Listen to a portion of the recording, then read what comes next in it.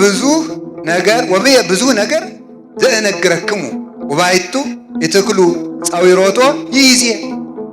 ጌታ ያለ ምንድን ነው? የምነግራችሁ ነገር ነበረኝ፣ ነገር ግን ዛሬ ልትሸከሙት አትችሉም። ሰው የሚሰማበትም ጊዜ አለው፣ የሚናገርበትም ጊዜ አለው። ለሁሉም ነገር ጊዜ አለው። ያለ ጊዜው መከራ ብቻ ሳይሆን ጸጋ ራሱ ጥፋት ነው። ያለ ጊዜው ከመጣ ጸጋም ቢሆን ያጠፋል። ጊዜ ያሻዋል በእውነቱ ማለት ነው። ዳሴ ማርያም እጮሃለሁ፣ ድንግል እናቴን እጠራለሁ። በስመ አብ ወወልድ ወመንፈስ ቅዱስ አሐዱ አምላክ። በስመ አብ ወወልድ ወመንፈስ ቅዱስ አሐዱ አምላክ።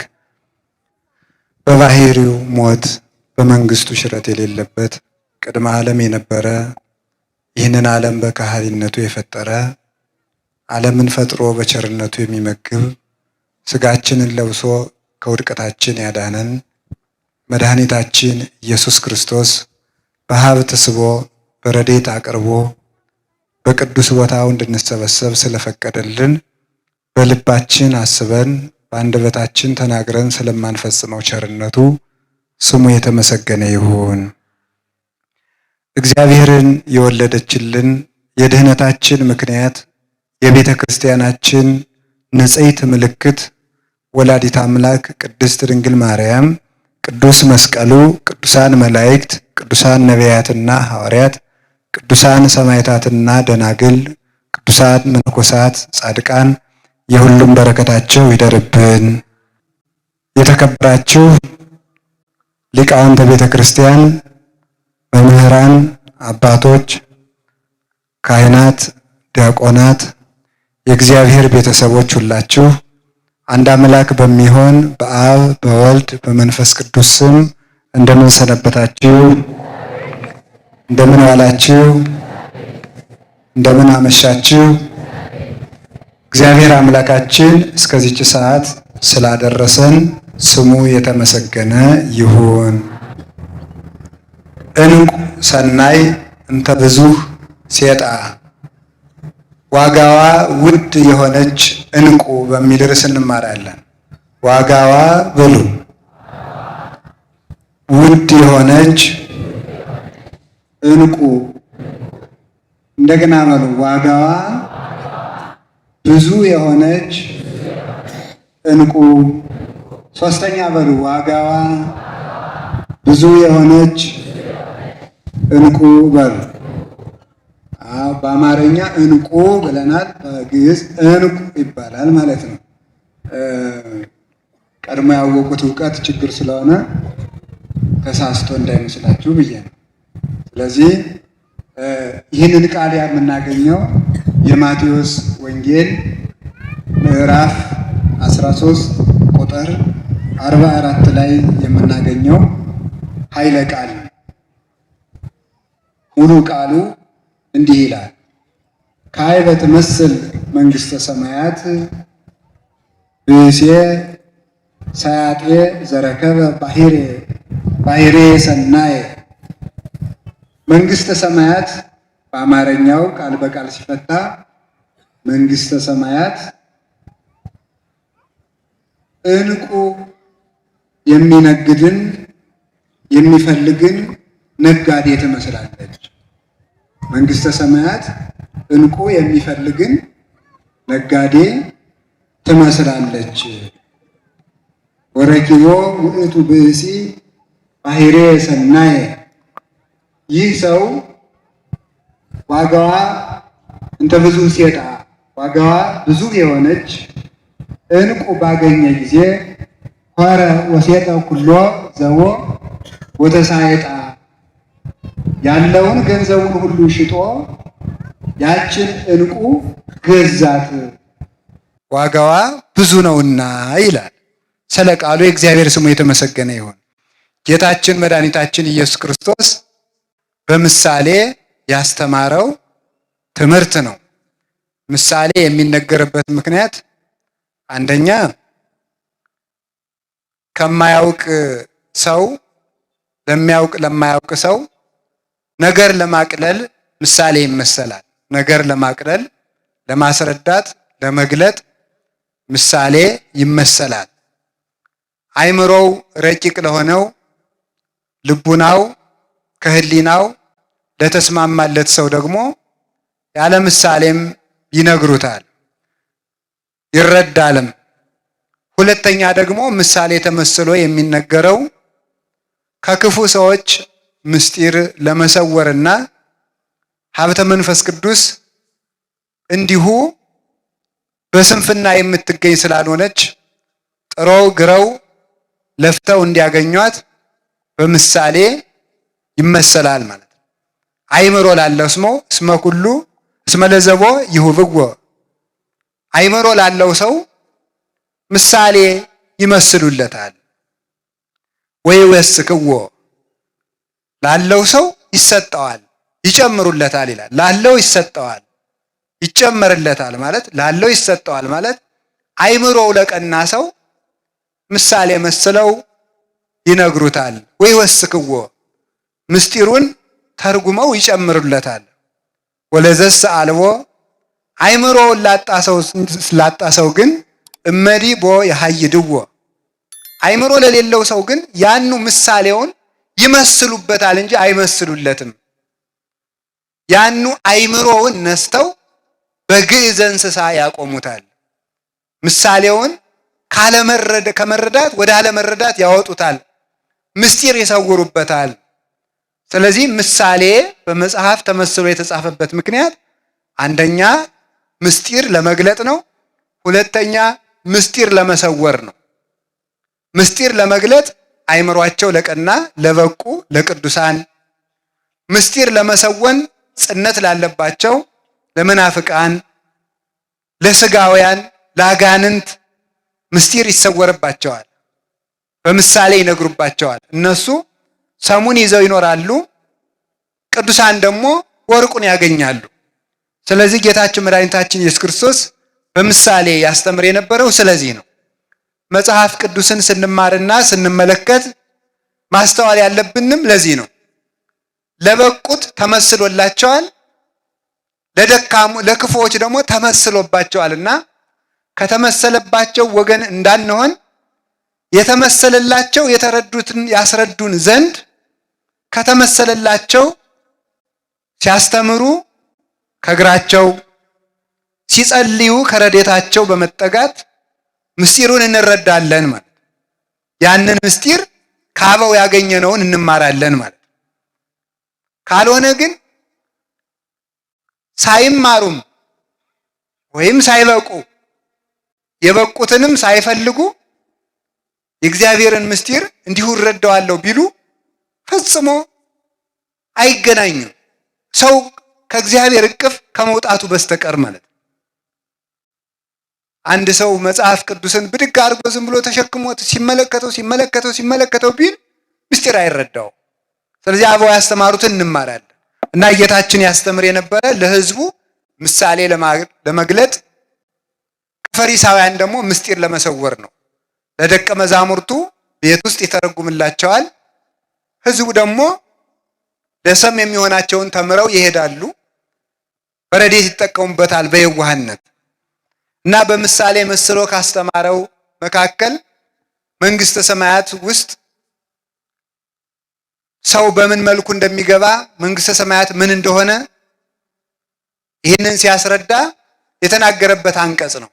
እንግዲህ መጽሐፍ ቅዱስ ውስጥ በሐዲስ ኪዳን የሰው ልጅ ወደ ክርስቶስ በሚያደርገው ጉዞ በብዙ ወገን ተመስሏል። ለምሳሌ ለክርስቲያን ምሳሌ ከሆኑት መካከል ገበሬ፣ ወታደር፣ ጨዋታ ተወዳዳሪ፣ አራተኛው ደግሞ ነጋዴ ነው። እነዚህ ሌሎችን በሌላ ጊዜ ትማሯቸዋላችሁ። ክርስቲያን በገበሬ ይመሰላል፣ በወታደር ይመሰላል። ከዚያ ደግሞ ምን ተብሏል? በሩጫ ይሄ በዘመኑ የቅዱስ ጳውሎስ መልእክት የተጻፈበት ጊዜ በግሪክ የቡጢ ወይም ዛሬ ቦክስ የሚባለው ነው አይደል? የእሱ ውድድር የነበረበት ጊዜ ስለነበረ በእነዚያ ተወዳዳሪዎችና በሩጫ ተወዳዳሪዎች መስሎ ሁሉ አስተምሮበታል።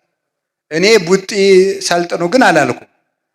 የተጻፈበት ምክንያት በዘመኑ ምሳሌ እንደዚያ ብሎ ተጽፈዋል ማለት ነው።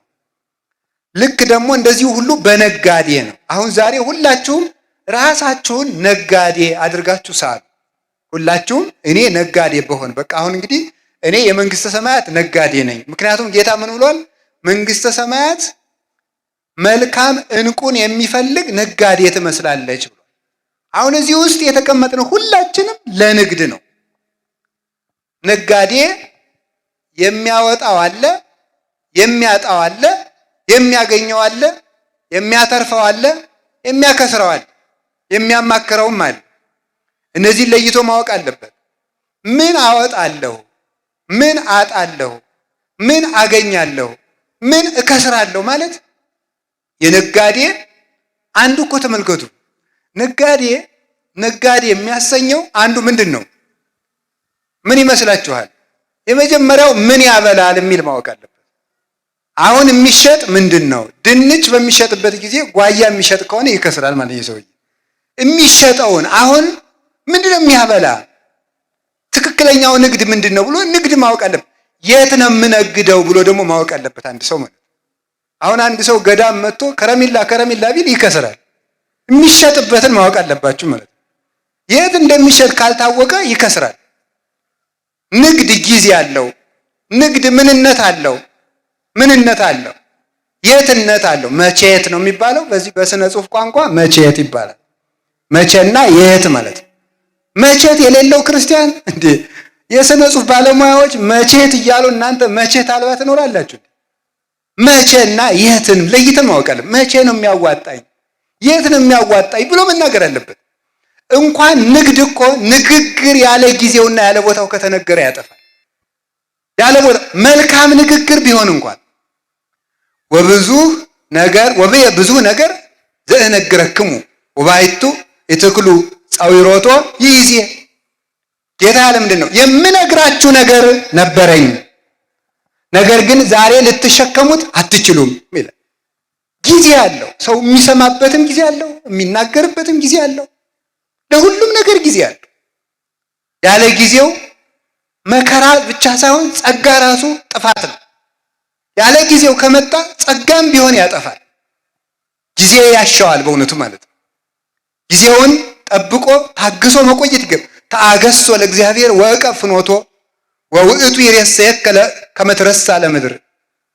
እግዚአብሔርን ታገሰው፣ ቆየው፣ እርሱም ርስትን እንድትወርስ ያደርግሃል ይላል ቅዱስ ዳዊት። እና የሚነግደውን መቼ፣ የሚነግደውን የት የሚያውቅ እንደገና የሚነግደውን ምንነት የሚያውቅ አንድ ሰው እግዚአብሔር ያሳያችሁ። የንግዱ ወረት 100,000 ብር የሚዝናናው በ200,000 ብር ከሆነ ይዞ ነጋዴ ነው ምንድን ነው? ቀልደኛ መሆን አለበት ማለት ነው። 100,000 ብር ያወጣል።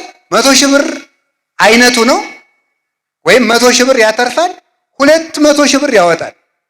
ነጋዴ ማለት በራሱ እኮ በኢኮኖሚክስ ትምህርትም እናንተ እንደምትሉት እኔ ተውሸ ነው እንደምትሉት እኮ አንድ ሰው ነገደ የሚባለው ወጪው አንሶ ገቢው ሲበዛ ማለት ይሄ ነጋዴ ይባላል። ወጪው አንሶ ገቢው ሲበዛ ይሄ ሰው እየነገደ ነው ይባላል። ሀገርም አደገች የሚባለው እንደዚያ ነው። እንግዲህ እሱን ለገቢዎች ሚኒስቴር እንተዋለን፣ የሚያገባኝ ነገር የለም። ዋናው ሀገርም አደገ የሚባል ጥቂት አስወጥታ ብዙ ስታስገባ ነው። እንደሱ ነው እንጂ በሬ ኤክስፖርት አድርገን ቆዳና ሌጦ አስገብተን ሀገራችን አደገች አንልም አይደል? ሀነ ነፍሱ ሰጠን ሙት ቆዳ ተቀብለን ኢትዮጵያ በለጸገች መቼም አንልም አይደል?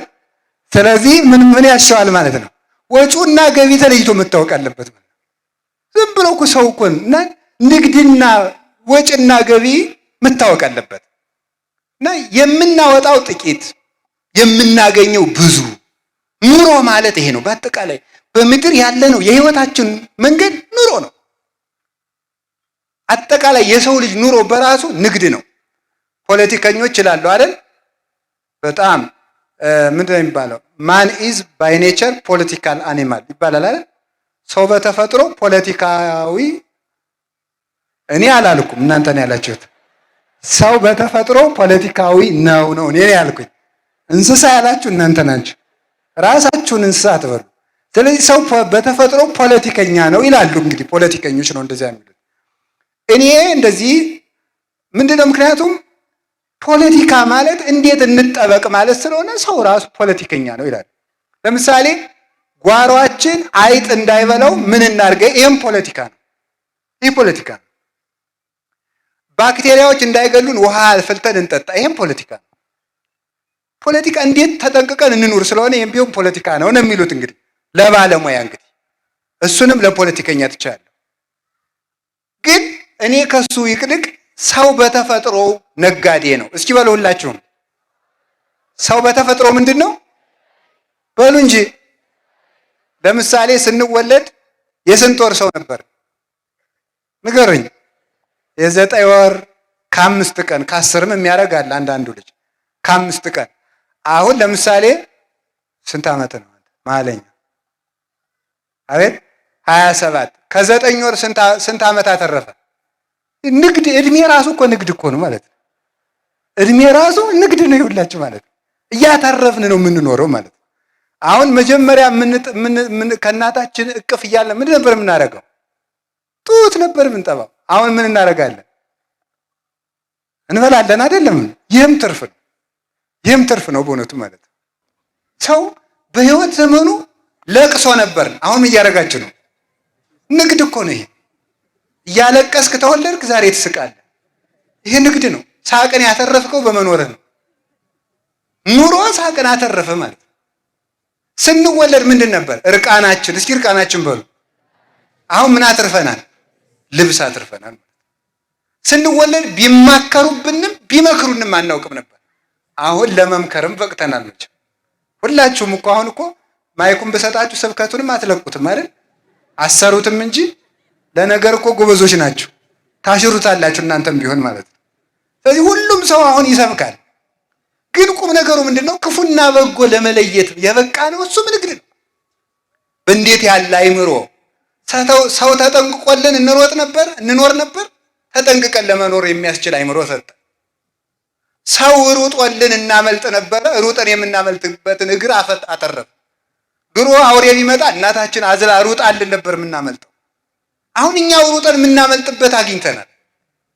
ድሮ ምንም መጉረስ የማይችል እጅ ነበረን። አሁን የሚያጎርስ እጅም ይዘናል። ይህም ትርፍ ነው። ድሮ ሆዳችን ቢቆርጠን ራሳችን ቢፈልጠን እርር ብለን እናለቅሳለን፣ እናታችን እናስቸግራለን እንጂ ይሄን አመመኝ እንኳን አንልም። ያለ ፍላጎታችን የሆነ መድኃኒት ቢግቱን ይሄ አይሆነኝም ማለት አይቻል። አፋችን አልፈታም ለዝም ብለን መጋት ነበረ። አሁን ግን ይሄን አልበላም ይሄን አላደርግም ብለን ክፉና ደጉ የምንናገርበትን የምንለይበትን አንደበት አግኝተናል። የሁሉ ትርፍ ነው። ራስን ችሎ መቆም ትርፍ ነው። ከወደዱት መድረስ ትርፍ ነው። ከወደዱት ደርሶ መዋል። ሰዎች እኮ እኛ ብዙ ጊዜ ጸጋችንን የምናደንቀው ከሰው ትከሻ ላይ ስናየው ስለሆነ ነው እንጂ ውሎ ማደር እንዴት ያለ ትርፍ ንግድ መሰላችሁ? ተንቀሳቅሶ ማደር፣ ተንፍሶ ማደር፣ ተቀምጦ መዋል ራሱ እኮ ትርፍ ነው። ከጎለቱ ስራ ፈታችሁ አይደለም። የማያስቆም የማያስቀምጥ ደዌ ያለባቸዋል። መቆም ትርፍ ነው በእውነቱ ማለት ነው። መራብም እኮ ሲቻል ነው። በሽታ ሲመጣ እንኳን መጥገብ መራብም አይቻልም። በሽታው ይዘጋልና ማለት ነው። ስለዚህ ሁሉም ነገር ይህ ዓለም ለትርፍ የተፈጠረ ነው። ሰው ነጋዴ ነው። ይህ ዓለም ለትርፍ የተፈጠረ ነው። አበው በዚህ ዓለም አተረፉበት። ያላተረፉበት ነገር የለም። እኛ እንዳንከስርበት እግዚአብሔር ይርዳን። እድሜ ትርፍ ነው። እድሜ ትርፍ እኮ ነው። 50 ዓመት እንኖራለን፣ የዘላለም ሕይወት እናተርፍበታለን። ዳዊት በ70 ዘመኑ የአምላክ ልብ የሚባል ዘላለማዊ ስምን አትርፎበታል። ዘላለማዊ ስምን አባቶቻችን በሁሉ ነገር ነግደው አትርፈዋል። በእውነቱ ማለት 3 ሰዓትን ያተረፈባት ሰው አለ። ይሄም የሚደንቀኝ ሰው ነው። በቀኝ የተሰቀለው ወንበዴ በቀኝ ተሰቀለ፣ 3 ሰዓት ተሰቅለዋል፣ አተረፈባት። ያኛው ደግሞ ከሰረባት። ሞኝ ሰው ከመልካም ዘመኑም አያተርፍም፣ ከክፉ ዘመኑም አያተርፍም። ቢያንስ እኮ ሰው በመልካሙ ካልተጠቀመ በክፉ መጠቀም አለበት። በዚህም ያልተጠቀመ ሰው ነው ይሄ ሰው ማለት። ስለዚህ ላወቁበት ሁሉ ማትረፊያ ነው። ማጣት ማትረፊያ ነው። ማግኘት ማትረፊያ ነው። መሾም ማትረፊያ ነው። መሻርም ማትረፊያ ነው። ርስት መውረስም ማትረፊያ ነው። መሰደድም ትርፍ ነው። ላወቀበት ሰው ሁሉ ትርፍ ነው። ሰይጣን እንኳ ቢሆን ላወቀበት ሰው ጥቅም ነው። ሰይጣን እንኳ ቢሆን አበው በሰይጣን ጸድቀውበታል። እኛ ግን በመላክም የምንጸድቅ አይመስለኝም። ግን አይዟችሁ እንጸድቃለን። እመቤታችን ስለምታማልደን መድኃኔዓለም ቸር ስለሆነ አበው ዲያብሎስን ታግለው ጸደቁበት እኮ። እንዲያውም እኮ አባታችን አቡነ ተክለ ሃይማኖት ዲያብሎስ አጋንንት ሊፈትኗቸው ሲመጡ ጸሎታቸውን አቋርጠው ዝም በድንጋይ መጥቶ ሲቀጠቅጣቸው እስከ ይደቅቅ አጽሙ ይላል። አጥንታቸው እስኪሰበር ደበደባቸው እስኪነጋ ድረስ። ኋላ መልአኩ መጥቶ አጋንንትን አባሩ። ለምንድን ነው አትጸልይም? እንዲህ አላቸው። አይ እኔ አልጸልይም። ቢሆን አታማተም? እኔ አላማተም። እንዴ ለምን? ካማተምኩ አጋንንቱ ይሸሻሉ። ከሸሹ ደግሞ አይደበድቡኝ። ካልደበደቡኝ ክብር አላገኘም። ምክንያቱም ክርስቶስ ምን ብሏል? ሰውነቱን የሚወዳት ሰው ካለ ይጣላት ብሏል። ምን ይበላት ነው ያለ? ይጣላት። አበው ስጋቸውን የሚጥሉበት ምክንያት ይፈልጋሉ። ጌታ መድኃኔዓለም ኢየሱስ ክርስቶስ እንዲህ ነው ያለ፣ ዘወአንተ ኀቤ ውእቱ ይድኅን አነ ውእቱ አንቀጸ አባግዕ ዘበአማን፣ እኔ እውነተኛ የበጎች በር ነኝ። ዘወአንተ ኀቤ ውእቱ ይድኅን፣ በእኔ በኩል የገባ ሰው እርሱ ይድናል። ይበውእ ወይወፅእ፣ ወደ እኔ ይገባል ይወጣል። ወይረክም ራእየ፣ ይበውእ ወደ ሃይማኖት ይገባል፣ ይወፅእ ምግባር ለመስራት። ይበውእ ወደ ትምህርት፣ ይወፅእ ወደ ማስተማር። ይወፅእ ከስጋ ፈቃድ ይወጣል፣ ወይበውእ ወደ ነፍስ ፈቃድ ይገባል። ወይረክም ራእየ፣ መሰማሪያን ያገኛል አለ። ሰውነቱን ለመከራ አሳልፎ የሚሰጥበት ገራይተ መስቀልን ያገኛል አለ። መስቀል የነፍስ መሰማሪያ ነው። መከራ የነፍስ የክብር ሀገሯ ነው። ወደዚያ መሰማሪያን ያገኛል። መከራ ያጣ ሰው ነፍሱ ተቅበዝባዥ የሆነ ሰው ነው። የነፍስ መሰማሪያዋ ምንድን ነው? መከራ ነው። አባቶቻችን እንዲህ አድርገው ከሁሉ ነገር አትርፈዋል። እኛንም ለማትረፍ ያብቃን። ሶስት ነገሮችን ልናገርና ትምህርቱ እዚሁ ላይ ያበቃል። ሶስቱ ነገሮች እንቁ የተባሉ እነማን ናቸው የሚለውን ብቻ ነው የምነግራቸው። እንቁ ነጋዴ እኛ። እስቲ በሉ እኛ በሉ። እስቲ ወደ ጫፍ ያላችሁት አትናገሩም? እኛ በሉ እስቲ በሉ። ሁላችሁም አሁን አንድ ላይ በሉ። እኛ በሉ። ምንድን ናችሁ? ምንድን ናችሁ? እንደገና ምንድን ናችሁ? የምን ነጋዴ? የመንግስተ ሰማያት በሉ እንጂ አንድ ጊዜ ሁላችሁም። ሁላችንም የመንግስተ ሰማያት ነጋዴ ነን በሉ። የምን ነጋዴ ነን? የመንግስተ ሰማያት ነጋዴ። በጣም ጥሩ። አሁን ወጭ አለው፣ ወጭ አለው። እሺ ወጭ አለው። ከዛስ ምን አለው? በሉ ወጭ ትርፍ ወይም ገቢ በሉት፣ ችግር የለም። አሁን ምን አለ? መንግስተ ሰማያት ህገ ወንጌል፣ ህገ ወንጌል ተስፋ፣ ተስፋ እግዚእነ ኢየሱስ ክርስቶስ ምን ይመስላል አለ? እንቁን የሚሻ ነጋዴን ትመስላለች። እንቁን ነው የሚሻ። እንቁ እንግዲህ ብረት አለ፣ ነሐስ አለ፣ መዳብ አለ፣ ብረት አለ፣ ነሐስ አለ፣ ብር አለ፣ ወርቅ አለ። ከዚህ በላይ እንቁ አለ ማለት ነው። እንቁ ከዚህ በላይ ነው። ይሄ መጨረሻው ነው። አሁን የመጨረሻውን ውድ ዋጋ ያለው ብዙ ዋጋ የሚያወጣውን እንቁ ምንድነው ያደረገው ሰውየው? ያንን ሲያገኝ መጀመሪያም ነጋዴው እንቁ ለማትረፍ ነው የወጣው። እንቁ ለማትረፍ ስላወጣ ብር ቢያተርፍ በንግዱ አይረካም፣ ብረት ቢያተርፍ አይረካም፣ መዳብ ቢያተርፍ አይረካም፣ ነሐስ ቢያተርፍ አይረካም። የሚረካው ይሄ ነጋዴ እንቁ የሚነግድ ነጋዴ። እንቁ ሳገኝ ብቻ ነው የምረካው ብሎ ሐሳቡ እንቁ ለማትረፍ ነው። ሐሳቡ ትልቅ ነው ይሄ ሰው። አሁን ማደረግ ትልቅ ነገር ያለ ትልቅ ወጪ አይገኝምና ወሆረ ወሴጠ ኩሎ ዘቦ፣ ያለውን ነገር ሁሉ ሸጠ ይላል። ያለውን ነገር ሁሉ ሸጠ። ምክንያቱም ያ ውድ ገንዘብ እንደሚያወጣለት ስላወቀ ያለውን ነገር ሁሉ ሸጠና ያችን ዕንቁም ገዛት። በዚያችን ዕንቁ ጌጥ ይሆናል። ዕንቁ ብርሃን ይሆናል። ዕንቁ ደግሞ ምን ያደርጋል መስላችሁ? ውድ ነውና ለብዙ ጥቅም ይሆናል። ብዙ ንብረትን ይሰበስባል። አንዱ ብዙ ነገር ይገዛል። ስለዚህ ይሄ ነጋዴ ትልቅ ያሰበ መሆኑ ትልቅ ወጪ አውጥቶ ገዛ ይላል። አላችሁ አላችሁ። እግዚአብሔር ከሁላችን ጋር ይሁን። ትልቅ ወጪ አውጥቶ ገዛ። አሁን እናንተ እግዚአብሔር ያሳያችሁ፣ ክርስቶስ ያመልክታችሁ። ዳኛ ተሆኖ እንደዚህ ይባል ነበር ድሮ። አሁን ሁላችሁም 100 ብር አጥታችሁ አንድ ቤት ከምታገኙ፣ አንድ ቤት አጣችሁ 100 ብር ከምታገኙ ምረጡ። በሉ ንገሩኝ እንጂ ይጠየቃል እንዴ? ነው አይደል መልሱ? ምንድን ነው የማይጠየቀው?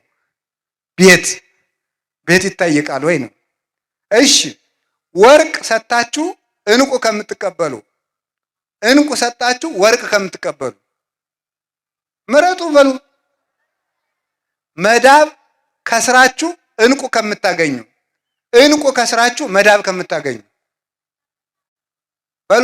መዳብ ምን ይሻላችኋል? አረ በሉ እናንተ ሰዎች መዳብ። እሺ ምሳ አብልተዋችሁ ዕንቁ ከምታጡ፣ ዕንቁ ሰጥተዋችሁ ምሳችሁን ጦማችሁን ከምትወሉ በሉ ንገሩኝ እንጂ። እሺ አንድ ቀን ታስራችሁ ዕንቁ ከሚሰጣችሁ፣ አንድ ቀን ተስራችሁ ዕንቁ ከሚሰጣችሁ፣ አንድ ቀን ተፈታችሁ፣ አንድ ቀን ታስራችሁ ዕንቁ ከሚሰጣችሁ፣ አንድ ቀን መታሰር ቀርቶባችሁ ዕንቁ ከሚቀርባችሁ ምረጡ። ገንዘብ ወዳጅ ነው የህዝብ። እናንተ በጣም በጣም በጣም ጥሩ ነው። ግድ የለም መልካም መርጣችኋል። አንድ ቀን ታስሮ ለብዙ ቀን፣ አንድ ቀን ታስሮ ለብዙ ቀን በሰላም መኖርም መልካም። ትልቁ ነገር መናኛውን አጥቶ ዋናውን ማትረፍ ማለት ነው። መናኛውን አጥቶ ዋናውን ማትረፍ ካልሆነ ግን የተገለበጠ ኑሮ ይሆናል። ታዲያ ይሄ ዕንቁ የተባለ ምንድን ነው ካላችሁኝ፣ ዕንቁ የተባለ የመጀመሪያው ሰው ነው። እስኪ ሰው በሉ። ሰው ምን ይባላል? ዕንቁ ይባላል። ሰው በጣም ውድ ንብረት ነው በእውነት ማለት ነው። በጣም ውድ ንብረት ነው። እንደ ሰው ያለ የተከበረ ዋጋ ያለው ፍጥረት የለም። እንደ ሰው ያለ ዋጋ ያለው። ምክንያቱም ሰማይ ተፈጠረ ለሰው፣ ከዋክብት ተፈጠሩ ለሰው፣ ጨረቃ ተፈጠረች ለሰው፣ ምድር ተፈጠረች ለሰው፣ ውሃ ተፈጠረ ለሰው፣ 7ቱ ሰማያት ተፈጠሩ ለሰው፣ ደመና ተፈጠረ ለሰው፣ ጠፈር ተፈጠረ ለሰው፣ ዛፍ ተፈጠረ ለሰው፣ አዝሬት አትክልት ተፈጠሩ ለሰው፣ እንስሳት ተፈጠሩ ለሰው፣ አውሬ ተፈጠረ ለሰው፣ መልአክ እንኳን የተፈጠረ ለሰው። ሰው ልዩ ፍጡር እኮ ነው። እያንዳንዱ ሰው እኮ ንጉሥ እኮ ነው። እያንዳንዱ ሰው ውሎ ሲገባ ሲወጣ ማንም ሰው ንጉሥ እኮ ነው። እንዲህ ይገርማል እኮ። አሁን እኛ ደህና ጠቅላይ ሚኒስትሩ ቢሮ አንዳንድ አጃቢ ይመድቡልን ብል ያገኛሉ። ሰራዊቱ ማለቁ አይደለም? ያልቃል እኮ ያልቃል። እግዚአብሔር ግን ለእያንዳንዳችን አንዳንድ ጠባቂ መልአክ ሰጥቶናል። በመልአክ እኮ ነው የሚያጅበን እግዚአብሔር። እንዲህ የሚያደርግ የት ይገኛል? በመልአክ። ለዚያውም ወታደር ጎበዝ ነው፣ ጥሩ ጠባቂም ነው መልካሙ ሲገኝ። ግን እንቅልፍ ወሰደው ምን ያደርጋል? አጉል ነው። መላእክት ግን አይተኙም። አደከመስ ምን ይደረጋል? ራሱ ጠባቂው ቢመታስ ምን ይደረጋል? ራሱ ጠባቂው ቢመታስ ምን ይደረጋል? መልአክ ግን አይመታም። መልአክ አይመታም፣ ረቂቅ ነው። ስለዚህ ክርስቶስ ምን እንለዋለን? አቃቢነ ዘይማሰል፣ የማይለወጥ ጠባቂያችን እንለዋለን። በዘመናት የማይለወጡ በእውነቱ ማለት ነው። ለመልአክ ጉቦ መስጠት አይቻልም። አይቀበልማ። የት አግኝተው ውስጥ ትሰጠዋለህ? የት አግኝተው? የሚሰጥ ቢሆን ኑሮ እኮ አጥፍታችሁን ነበረ። ለመልአክ ጉቦ ሰጣችሁ፣ አይቀበልም። የሚሰጥም የለ የሚቀበልም የለ። በገንዘብ የማይለወጥ አይመሽበት ነገር፣ አይደክመው ነገር፣ አያመው ነገር፣ የሚመከርብንን ቀድሞ የሚሰማ ጠባቂ የተሰጠ የሰው ልጅ ክቡር ፍጥረት ነው። ሰው ውድ ገንዘብ ነው ወገኖች። ሰው አታችሁ ገንዘብ ከምታተርፉ ገንዘብ ቀርቶባችሁ ሰው አትርፉ። ሰው ገንዘብ ይሰጣችኋል። ሰው ልዩ ገንዘብ ነው። መድኃኔዓለም በዚህ ዓለም የኖረ ሰው ለመሰብሰብ ነው። ሰው ሰብስቧል። በእውነት ነው። በሰው ተመልከቱ። ሰው 12 ሰው ነው እኮ ያተረፈ ለፍቶ፣ ኋላ 120 ሰዎችን አትርፏል። እነዚያ ሰዎች ደግሞ ምን አደረጉት? ዓለምን በሙሉ ሰብስበው ደግሞ አመጡለት። አንዲት ሴት ፍለጋ የእግዚአብሔር ቸርነቱ፣ አንዲት ሴት ውሃ ቀጅ ሴት። ያቺ ሴት ባል ስታገባ ጋኔን ሲገልባት፣ ባል ስታገባ ዮሐንስ 4 ያለው ጋኔን ሲገልባት፣ ስለዚህ ከውሃ ቀጅ ሴቶች ጋር እንዳትሄድ ይች ነፍሰ ገዳይ እንዳይሏት ሴቶች ሁሉ ቀርተው ጨርሰው ቤታቸው ሲገቡ በቀትር ብቻዋን ልትቀዳ ሄዳለች። የዚችን ሴት ገመና የሚያውቅ የአንዲት ሴት ገመናና ሀፍረት የሚገደው እርሱ መንገድ ሰብሮ መንገድ ጥሶ ጫካ ጥሶ አልፎ ደቀ መዛሙርቱ እንዳያሸማቅቋት ምሳ በልታችሁ ነው ሁሉን በአንድ ጊዜ የሚፈታ የእሷን ችግር ለመፍታት ብቻዋን አረገ። የደቀ መዛሙርቱን ረሃብ ለመፍታት ምሳ ብሉ ግዙ ብሎ ሰደዳቸው። የሁላቸውንም ችግር ሰበሰበ። ያችን ውሃ ስጭኝ አልሰጥም፣ ውሃ ስጭኝ አልሰጥም፣ ባልሽን ጥሪና ልስጥሽ። ክርክሩ አለቀ። እኔ የሕይወት ውሃ ነኝ አላት። አንተ ማስያስ ነህ? አዎ ነኝ አላት። ከዚያ በኋላ የሚያስደንቀው ጌታ ይቺ ሴት ካመነችና ከእርሱ ጋር ነፍሷ ከተዋሃደች በኋላ ውሃ ስጭኝ አላላትም። ምክንያቱም የጠማው የእሷ መዳን ነበርና መልሶ ያልጠየቃት ለዚያ ነው። ደቀ መዛሙርቱ መጥተው ምንድን ነበር ያሉት? ሐዋርያት መጥተው ምሳ ብላ አልበላም። ይቺ ሴት አምታለች ነው ወይስ ደግሞ ማን አብልቶት ይሆናል? ማን አብልቶት ይሆናል? አይ ብየ መብል ዘኢተአምር ዋንትሙ፣ እናንተ የማታውቁት ምግብ አለኝ አለ። የእግዚአብሔር ምግቡ የሰው መዳን ነው። የክርስቶስ ምሳና ራቱ የሰው መዳን ነው። ክብሩ ሁሉ ሰው ነው። ለሱ ክብሩ ሁሉ ሰው ስለሆነ ክብሩ በሰው ስለተገለጠ ለሰው ሁሉ ብሎ ክብሩን እንደ መቀማት አልቆጠረው። እንዘባይል ውእቱ እንኩሉ አንደ የርሶ እንኩሉ ከመትበአሉ አንትሙ በንዴተ ዚአሁ፣ በእርሱ ድህነት እናንተ ባለጸጎች ትሆኑ ዘንድ ባለጸጋው ስለ እናንተ ራሱን ድሃ አደረገ ብሎ እንደተናገረ ነዋይ ሑሩይ ቅዱስ ጳውሎስ ፊልጵስዩስ ምዕራፍ 2 ቁጥር 8 ላይ እርሱ ክብሩን ለሰው ሁሉ ትቶ የተሰቀለ የእግዚአብሔር የክብሩ መገለጫ ሰው ስለሆነ ነው። ስለዚህ ጌታ ሰውን ያተርፍ ዘንድ ለሰው ብሎ ሁሉን ተወ። ለአምላክ ራሱን ድሃ አደረገ መባሉ ለአምላክ የፍጡር ስጋ ለብሶ ከመምጣት በላይ ምን ድህነት አለው ይላል ቅዱስ ጎርጎርዮስ ዘኑሲስ። ምን ድህነት አለው? አምላክ ደህይ የሚባለው የድሃን ስጋ ወነሳ አርአያ ገብር፣ ጌታ ሆኖ የባሪያን መልክ የሚፈልግ የለም። ባሪያ ሆኖ የጌታን መልክ የሚፈልግ ግን ብዙ ነው። እርሱ ጌታ ነው። የባሪያን መልክ ይዞ መጣ። ለኛ የጌትነቱን መልክ በጸጋ ይሰጠን ዘንድ እርሱ የኛን የባሪያ መልክ በቸርነቱ ነስቶ ተዋህዶ ሰው ሆነ። በዚህ ዓለምም ተመላለሰ። ከኃጢአት ብቻ በቀርም የሰውነቱ ሁሉ ሰርቶ ካሰ። ማን? አንድ ዕንቁ አዳምን ፍለጋ ነው። ያ ዕንቁ የተባለ አዳም ነው። ሰውን ፍለጋ እግዚአብሔር ወደዚህ ዓለም የመጣ ሰው ውድ ገንዘብ ነው። ሰውን በአንድ ከብት አልገዛውም። 5500 ዘመን በሙሉ ሲታረዱ የነበሩት የብሉይ ኪዳን በጎች ሰውን መግዛት አልቻሉም። ለምን? የሰው ዋጋው በግ ስላልሆነ፣ የሰው ዋጋው እንስሳ ስላልሆነ። በምድር ላይ ሲሰዉ የነበሩ አሊምት፣ በሬዎች፣ ጠቦቶች ሁሉ ሰውን ማዳን አልቻሉም። የሰው ዋጋው ከብት ስላልሆነ ነው። በብሉይ ኪዳን ይቀርብ የነበረው የስንዴው የተለቀመው ስንዴው በሙሉ ስንዴው የተለቀመው የተበጠረው ለአሮን የታዘዘው ኦሪት ዘሌዋውያን ምዕራፍ 5 ላይ ያለው የተበጠረ ስንዴ አቅርብ የተባለው ያ ሁሉ እህል አዳምን አላዳነም።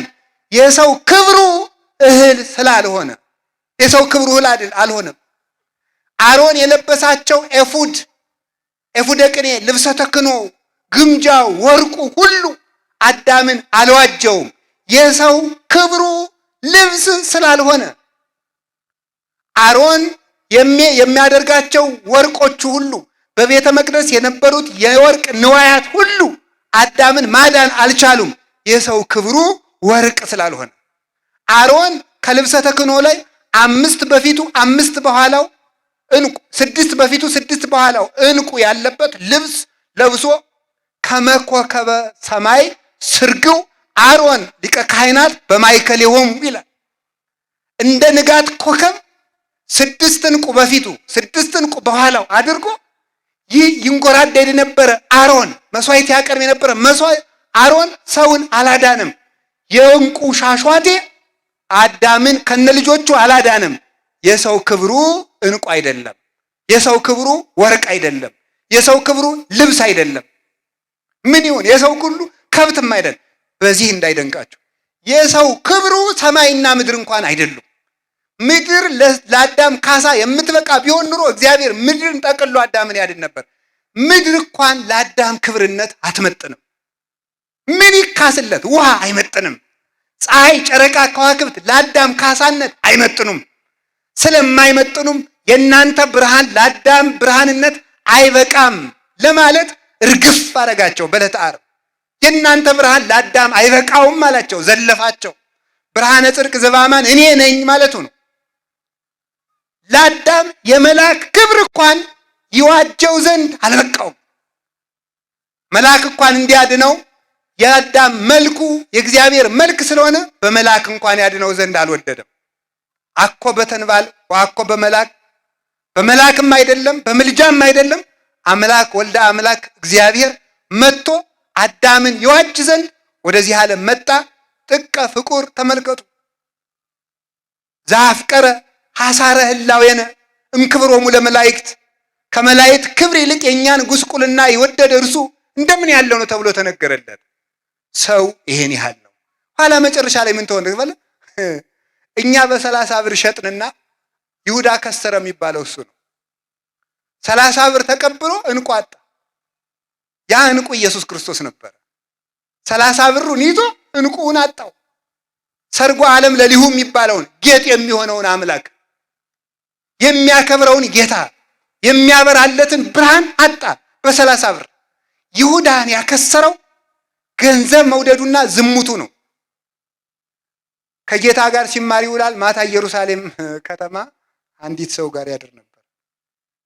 30 ብር እንሰጣለንና ክርስቶስን አሳልፈ ስጠን ሲባል አንሶኛል ብሎ በርባን የውሽማው ወንድም ስለሆነ እሱን እንመርቅልሃለን ተብሎ ነው የተስማማ። በበነገው በርባን የተፈታው በዚህ ውል ነው። ወንበዴ ተቀብሎ ወንበዴዎችን የሚያደናቸውን ጌታ ሳያተርፍ ቀረ። 30 ብር ሸክፎ ገንዘብን የፈጠረውን ጌታ አጣው። ይህ ሁሉ ይህን መክሰር ማለት ይሄ ነው። ስለዚህ ትክክለኛው ዕንቁ ማን ነው ከተባለ ሰው ነው። ያ ዕንቁ ማን ነው ከተባለ ኢየሱስ ክርስቶስ ነው። የሰው ዋጋው ማን ነው ከተባለ የሰው ዋጋው ክርስቶስ ነው። እስኪ የሰው ዋጋው ክርስቶስ ነው በሉ እንጂ ንገሩኝ፣ ድገሙኝ እስኪ። የሰው ዋጋው ማን ነው? ክርስቶስ ነው። ለሰው የተከፈለ ውድ ዋጋ ዕንቁ እሱ ነው። እና መጠናችሁን እወቁት ነው የምለው፣ ሁላችንም ማለት መጠናችንን እንድናውቅ። ለእኔ እኮ ይሄ ክብሬ አይደለም እንድንል። በገንዘብ ረክተን ስንቀር እኔ ገንዘብ ነው እንዴ ሽልማቴ? ለእኔ መጠኔ ክብሬ እኮ ክርስቶስ ነው። የእኔ ዕንቁ እኮ ክርስቶስ ነው። መጨረሻ ላይ የማገኘው ዕንቁ እኮ ክርስቶስ ነው። እንዴት እኔ በገንዘብ ረክቼ ቀራለሁ? ለእኔ መጠኔ ቤት አይደለም፣ ለእኔ ክርስቶስ ነው። ለእኔ መጠኔ እንጀራ አይደለም፣ ለእኔ ክብሬ ክርስቶስ ነው ማለት አለብን። ለእኔ ብርሃኔ እርሱ ነው፣ ለእኔ ከሹመትም በላይ መድኃኔ ዓለም ነው ብሎ ማሰብ ይገባል። ሐዋርያት ያተረፉት ዕንቁ ኢየሱስ ክርስቶስ ነው። ስለዚህ ጌታችን ኢየሱስ ክርስቶስ ምን አደረገ? ይህንን ዓለም ትቶ ዕንቁ ያለበትን እርሻ ገዛ። በዚያች እርሻ ዕንቁውን አገኘው። እርሻ ይህ ዓለም፣ ዕንቁ አዳምን ፈልጎ አተረፈ። ሁለተኛ ከቃሉ ጋር ናችሁ፣ እግዚአብሔር ከሁላችን ጋር ይሁን። ስለዚህ አንድ ሰው አጣ የሚባለው ሰው ሲያጣ ነው። እና ያጣችኋት እናታችሁ፣ ያጣችሁ አባታችሁ፣ ያጣችሁት ወንድማችሁ፣ ያሳዘናችሁት ሰው ካለ ሰውን ፈልጉ። ለሰው እንኳን ምጽዋት መስዋዕት እንኳን መጠኑ አይደለም። ለሰው ጌታ ምንድን ነው ያለ? ከደጀ ሰላሙ ስትደርሱ ስትመጡ መስዋዕት ይዘህ ስትመጣ ወንድምህን እንዳስቀየምከው ብታስታውስ መስዋዕቱን አስቀምጠህ ሂደህ ወንድምህን ይቅር ብለህ መጥተህ መስዋዕቱን አቅርብ ነው ያለ። ከመስዋዕት ይልቅ ሰው ይበልጣል። በእውነት ማለት ሰው ይበልጣል። በዚህ ዘመን እየረከሰ ያለ እየተጣላ ያለ ማን ነው ካለ ሰውነት ነው ክብሩን ያጣ። ሰውነታችንም ንቀነዋል፣ የሰው ሰውነትም ንቀናል። ሰው መግደል ቀላል የሆነው ለዚህ ነው። የሰው ዋጋው ስላልገባን። በአምላክ ደም የተገዛውን ሰው እንዴት ሰው ያባክነዋል? በአምላክ ደም የተገዛውን፣ በአምላክ ስጋ የተገዛውን በዓለም ያሉ በሬዎችን ሁሉ አርደን እኮ አንድ ሰው ማግኘት አንችልም። ለሰው የተሰዋው አምላክ ወልደ አምላክ ነው። ሰው ሁኑ በወርቀ ደሙ ነው የተገዛው። ሰው የሚወድ ልብ ይስጠን። ሰው ውደዱ። እውነቴን ነው ማለት ነው። ሰው ነው መውደድ። ሰውን ጥሎ ወዶ እግዚአብሔር የጥሎ ማለፍ አምላክ አይደለም። ሰውን ጥሎ ወዶ እግዚአብሔር በብልጣ ብልጥነት አይሄድም። አሁን እዚህ አሳዝነ እዚህ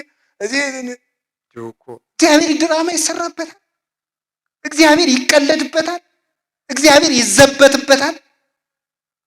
ወይስ ደግሞ እግዚአብሔር ከኛ የሳንቲም ድቃቄ የልብስ ላቄ የሚቸግረው ይመስላችኋል? እግዚአብሔር ቸግሮት ያበደረው ማን ነው? እግዚአብሔር ታስሮ ያስፈታዋለን? እግዚአብሔርን ርቦት የመገበውስ ማን ነው? እግዚአብሔርን ተራቅቶ ያለበሰው ማን ነው? እግዚአብሔር ሳያውቅ ቀርቶ ያስተማረው ያማከረው ማን ነው? ማንም። እግዚአብሔር ቸግሮት ይመስላችኋል? እግዚአብሔር የሚሻው እኛነታችን አይደለምን? ልባችን አይደለምን? ህሊናችንን አይደለንም ወይ? ልብነታችን አተነው የለምን ነው። አንድ መነኩሴ በቅቻለሁ እያለ አስቸገረ። በቅቻ ዝም ብሎ ሄዶ በቅቻለሁ ነው። እሺ ብሎ እስቲ ና በሉት ብሎ አባ ጋቶ ና በሉት አለና መጣና ሙልጭ አድርጎ ሲሰድቡ ተቆጣ። አባ በቅተዋል? አዎ። ሲሰድቡት ደግሞ መቆጣት። አንተ ምንድን ነው ያለው? ውስጡን ሌባ ዘርፎት ላዩን ቀለም የተቀባ ቤት ትመስላለህ። ምንም የሌለው ማለት ነው። ሰው ሰውነቱን ካጣ ምንም ነገር ትርፍ አይሆንም። ምንም ነገር። ጌታ ያለው እንዲህ ነው፣ ኩን ጠቢበ ለእዱከ፣ ጠላትህን እወቅበት ነው ያለው ማቴዎስ ወንጌል ምዕራፍ 5 ላይ። ጠላትህን እወቅበት፣ በጠላትህ ጠቢብ ሁን ይላል። በጠላትህ ጠቢብ ሁን፣ ከባላንጋራ ጋርም ፈጥነህ ጣረቅ ይላል። አንድ የበረሃ አባት ይህን ሲተረጉም፣ ይሄ የበረሃ አባት እኮ ችግር ነው። አንድ የበረሃ አባት እኔ ያልኩኝ እነ እንጦንስን ነው። እሺ። እና ያ ሲተረጉም እንዲህ ይላል፣ ከባልንጀራ ጋር ፈጥነህ ታረቅ። እስኪ በሞት አንድ የበሉልኝ፣ ከባልንጀራ ጋር በሉ ፈጥነህ ታረቅ። ምን በል? ጠላትህን እወቅበት። ባላንጋራና ጠላት የተባለ ምንድን ነው ይላል? አባቶች ብዙ ትርጉም ነው ያለው ይሄ አንቀጽ። አባባው ብዙ ተርጉመውታል። እኔ አባት የተረጎመውን ልዩ ትርጉም ስለሆነ ይህን ብቻ ነው ማካፈል የፈለኩ ከርሴ ጋር የሚገናኘው። ባላጋራ የተባለ ህሊና ነው ይላል። እንዴ ይገርማል። ጠላት የተባለ ህሊና ነው ይላል። ህሊና ጠላት ነው። ከባላጋራ ጋር ጠላት የሆነው ምንድን ነው? ህሊና ለስጋ ጠላቱ ነው። ህሊና ለስጋ ጠላቱ ነው። ለአንደበት ጠላቱ ነው።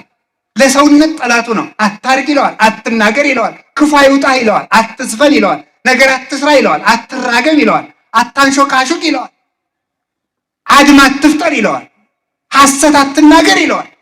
ህሊና ለአንደበት ጠላቱ ነው። ህሊና ለስጋ ጠላቱ ነው። ከባላጋራ ጋር ታረቅ። ሰው መሆንህን የማውቀው ያን ጊዜ ነው ማለት ሰው ሆይ ሰውነትህ የሚለካው ከህሊናህ ጋር የታረቅ ክለት ነው። ከማን ጋር በሉ እንጂ ንገሩኝ። በቀር ህሊና መመስወጥ ስጋ መዝረፍ እየፈለገ ያልተገናኝቶ ገባ ማለት ይሄ ነው ማለት መክሰር ማለት ይሄ ነው። ሰው አተረፈ የሚባለው ህሊናውን ሲያተርፍ ነው። አይምሮውን ያተረፈ ሰው አትርፏል በእውነቱ ማለት። ሰውነቱን ያጣ ሰው ሰውነቱን አጣ የሚባለው አንድ ሰው ምንድን ነው? አንደኛ ልቡን ሲያጣ ነው። ሁለተኛ ህሊናውን ሲያጣ ነው። ሶስተኛ ህዋሳቱን ሲያጣቸው ነው። ህሊናው የሚለውን አልሰማ ሲል፣ ልቡ የሚለውን አልሰማ ሲል፣ መጨረሻ ላይ ደግሞ ህዋሳቱ ንጹህ ሆነው ተፈጥሮ በኃጢአት ሲያጣቸው፣ አፉ ያልወደደውን እየበላበት፣ ሰውነቱ ያልወደደውን እየጠጣበት፣ እግሩ ወዳልወደደው እየወሰደው፣ ዓይኑ ያልፈቀደውን እያየበት፣ እጁ ያልወደደውን እያከናወነበት እንዲህ የሆነ ሰው ነው እንግዲህ ራሱን አጣ የሚባለው። ኃጢአት ማለት ግዕዝ ነው። ኃጢአት፣ ኃጣ፣ አጣ፣ ኃጢአት፣ ኃጢወት፣ ማጣት ማለት ነው። ኃጢአት ማለት ማጣት። ሰው ኃጢአት ለምን ተባለ ማለት ሰው ራሱን ያጣል። ራሱን ላለማምጣት ሕዋሳትን ተግቶ ነቅቶ መጠበቅ ይገባል። ራሱን የጠበቀ ሰው ቤተክርስቲያንን ይጠብቃል። ራሱን የጠበቀ ሰው ሕግ ይጠብቃል። ራሱን እግዚአብሔር እኮ ሕግን የሰራ ራሳችሁን ጠብቁ ብሎ ነው። እግዚአብሔር ኃጢአት አትስሩ የሚለን ከኛ ጽድቅ የሚያተርፈው ስላለ ሳይሆን እኛ ራሳችንን እንዳንከስር ስለሚሻ ነው። ስለዚህ እንቁ ማለት ሰውነት ነው። ለሰውነታችሁ ክብር ስጡት። ኃጢአትን ከመስራት ነፃ ለመውጣት የመጀመሪያው መፍትሄ ምንድነው? ክብርን ማወቅ ነው። እስቲ ክብርን ማወቅ በሉ። ክብሩን ያወቀ ሰው ኃጢአት አይሰራም። እኔ ማን ነኝ ያለ ሰው ማለት ነው። አሁን ለምሳሌ እንደው አያደርገውና እኔ አሁን እዚህ ቆይቼ አያርግብኝ መድኃኔዓለም ወደ ጭፈራ ቤት ሰርፍ ታገኙ ምን ትላላችሁ?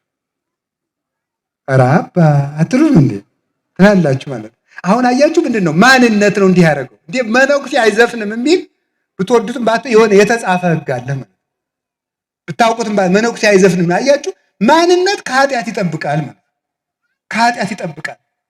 አሁን እኔ ስሆን እንደዚያ ትላላችሁ። እኔ ስሆን እኔ በወን ትስቁብኛላችሁ። እንዴ አባ እዚህ ምን ይሰራል ይላል። ለአንተ የፈቀደልህ ማን ነው? ነውር አይደለም?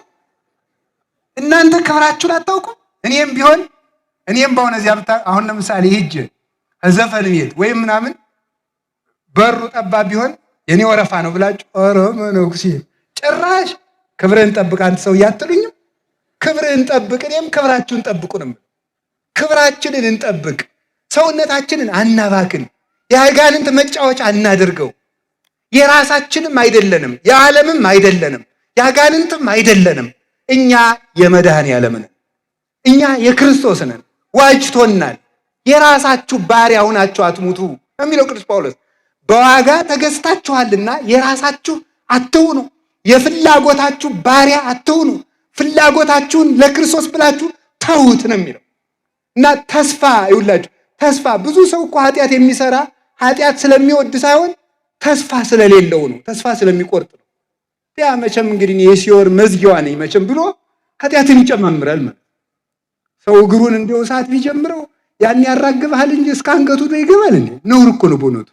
ያን የጀመረንን ማራገፍ ነው የሚገባው። ስለዚህ ሁላችንም ሰውነታችን ክብር ነው። ራሳችንን እንውደድ፣ ሰውንም እንውደድ። ራሳችንን እንውደድ ማለት ምን ማለት ነው? ሰውነታችንን የሚያስከብር እንደው ቅዱስ ጳውሎስ ምን ይላል? በሚሞት ስጋችሁ ክርስቶስን አክብሩት ይላል። እስኪ በሉ ሁላችሁም በሚሞት ስጋችሁ በሉ። ማንን አክብሩት? ክርስቶስን አክብሩት። እውነቴን እኮ ነው። እሱ ራስ ነው በሉ። እኛ ሐዋሳቱ ነን በሉ ሁላችሁ። እሱ ራስ ነው በሉ። እሺ በሉ ድገሙት። እሱ ራስ ነው። እሺ ተፈቅዱኑ ትረስይዎ ለአባለ ክርስቶስ አባለ ዘማ ይላል ቅዱስ ጳውሎስ።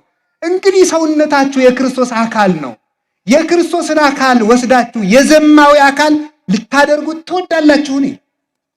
የክርስቶስን አካል ይሄ እጅ የክርስቶስ እጅ ነው። ይሄ ዓይን የክርስቶስ እጅ ነው። አፋችን የሰው የክርስቶስ አፍ ነው። እግራችን የሰው የክርስቶስ እግር ነው። ተከፍሎበታል። የክርስቶስ ሕዋሳት ነን። ኃጢአት ስትሰሩ ይህች ጣት የመድኃኔዓለም ናት። ይሄ እጅ የክርስቶስ እጅ ነው። የክርስቶስን አካል ለመጠበቅ ያብቃን። ራሳችንን ከመክሰር ይሰውረን። ራስን ማክሰር ትልቅ ክስረት ነው። የከሰረ ነጋዴ ማለት ራሱን የከሰረ ክርስቲያን ማለት ራሱን የከሰረ ቅዱስ ጳውሎስ። ስለዚህ ነው አንደኛ ቆሮንቶስ ምዕራፍ 9 ላይ ለሌሎች ከሰበኩ በኋላ እኔ ራሴ የተጣልኩ እንዳልሆን ሰውነቴን እየጎሰምኩ አስገዛዋለሁ ያለው። ሰውነቴን እየጎሰምኩ አስገዛዋለሁ ይልን መክሰራል አላችሁ። እንደ ባትሪ ማለት ነው። ባትሪ ወደፊት ያበራል። የራሱ ምንድን ነው? ጨለማ ነው። የራሱ ጨለማ ነው። ኋላው ማለት ለሰው ያበራል እንደ ባትሪ እና ራስን ማጣት ትልቅ ነገር። እንዲያውም አንድ ጸሐፊ የተናገሩትን ልንገራችሁ። በ21ኛው ክፍለ ዘመን ሰይጣን ክርስቲያኖችን የሚታገላቸው ከልባቸው ጋር እንዳይሆኑ በማድረግ ነው። ከማን ጋር እንዳይሆኑ በማድረግ ነው? ጊዜ በማሳጣት ማለት ብክን በማድረግ እንኳን እንድንጸልይ እንድንጾም ይቅርና እንደው ምንም እንኳን ማሰብ እንኳን እንዲህ አሁን እዚህ በቃ በቀን 20 ደቂቃ ቁጭ ብዬ ለራሴ አስቤ ያውቃለሁ የሚል ሰው ልሸልም። ወደ ላይ እንዳትወጡ እናንተ እኮ ነገረኛ ናቸው። እናንተን ምዕመናን ያልኩ ካለ ሸልማል። ይችን መጽሐፍ ሸልማል። 20 በታማኝነት መጨረሻ ሸልማል። 20 ደቂቃ በቀን እንኳን ለራሱ አስቦ የሚያውቅ ሰው ማለት እንዴው እኔ ግን ምንድን ነኝ? የት እየሄድኩ ነው? ለምንድን ነው የምኖረው? ምን እያደረግኩ ነው ብሎ ለራሱ እንኳን ማሰብ ያልቻለ ሰው እና ሰው ተመልከቱ እንዲሁ ክሩብ እኮ ነው። ሰይጣን እንዴት እየቀለደብን እንደሆነ ራስህ የምትጎርሰው የለህም። ማንቸስተር አርሴናል ትላለህ። የራስህ የምትጎርሰው የለህም። ቁራሽ ዳቦ አጥተህ ዲኤስቲቪ ተበድረህ ገብተህ እንዴ ከዚህ በላይ ክስረት አለ? ኢትዮጵያ የማይከሰረችው መንግስት በዚህ መክሰሩን አያውቅም እንዴ? ሰው ከስሯል እኮ። ይሄንን ለምን የማይዘጋው? በእውነቱ ማለት ይሄ ለምን አይዘጋ? ምን ያገባል? የኳስ ተጫዋች የጫማ ቁጥር እኮ ሸምድዳችሁ የምትውሉ ሰዎች እኮ ናችሁ በእውነቱ ማለት ነው። እናንተ አናውቃችሁ? አሁን እዚህ ጻድቅ ተሸታላችሁ በእውነቱ ማለት ነው። ይሄንን ነው መክሰር ማለት ነው። እንዳናስብ ሰው በሚንኮባለል ኳስ ቡጢ ይገጥማል። እንዲህ አበው እኮ ደቂቀ እመ የተባአሱ በእንቲ አይ የእናቴ ልጆች ለእኔ ብለው ተጣሉ ይላል ሰሎሞን። የቤተ ክርስቲያን ልጆች ቤተ ክርስቲያንን ለመጠበቅ መከራ ተቀበሉ። ካጋንንት ካላውያን ነገስታት ከስጋቸው ጋር ተጣልተው ቤተ ክርስቲያንን ጠበቁልኝ ሲል በእኛ ተገብቶ ማለት ሰው በማያገባው ገብቶ በማያተርፍበት እድሜውንም ጊዜውንም ጉልበቱንም ያበክናል። መክሰር ማለት ይሄ ነው። ራሳችንን ከመክሰር ይሰውረን። ጌታ ለሐዋርያት ያላቸው ይሄን ነው። ለራሳችሁ ተጠንቀቁ፣ ለራሳችሁ ተጠንቀቁ ነው ያለ። ዕቀቡ ርእሰክሙ ወኢታክብዱ ልበክሙ በመብል ወበስታይ ዘእንበለ ግዕዝ። በመብላት በመጠጣት ያለመጠን ወይን በመጠጣት ልባችሁን አታክብዱት፣ ለራሳችሁ ተጠንቀቁ። የሉቃስ ወንጌል ምዕራፍ 21 ቁጥር 34 ላይ ይሄ ነው ለራስ ማሰብ ነው። ነፍሱን ተውት።